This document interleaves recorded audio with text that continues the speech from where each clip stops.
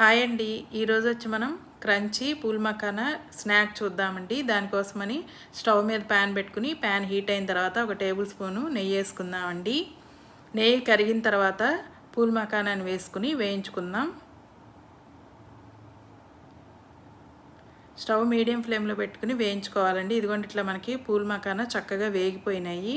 ఇప్పుడు వీటిని ఒక బౌల్లోకి తీసేసుకుందామండి. తర్వాత అదే ప్యాన్లో ఇంకో టేబుల్ స్పూన్ నెయ్యి వేసుకుని నెయ్యి కరిగిన తర్వాత పావు టేబుల్ స్పూన్ ఉప్పు, అలాగే అర టేబుల్ స్పూను కారం, అర టేబుల్ స్పూను చాట్ మసాలా కూడా వేసుకుని ఒకసారి బాగా కలుపుకుందామండి. ఇప్పుడు ముందుగా మనం రోస్ట్ చేసి పెట్టుకున్న పూల్ మకానాన్ని కూడా వేసేసుకుని బాగా మిక్స్ చేసుకుందామండి.